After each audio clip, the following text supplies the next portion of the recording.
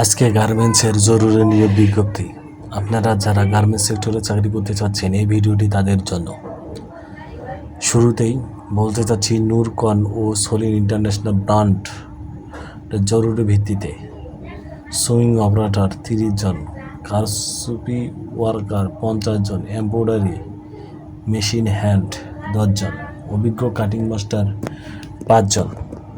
যারা চাকরি করতে আগ্রহী এসব পদের জন্য তারা অবশ্যই নিচের দেওয়া অ্যাডমিন নম্বরে যোগাযোগ করুন।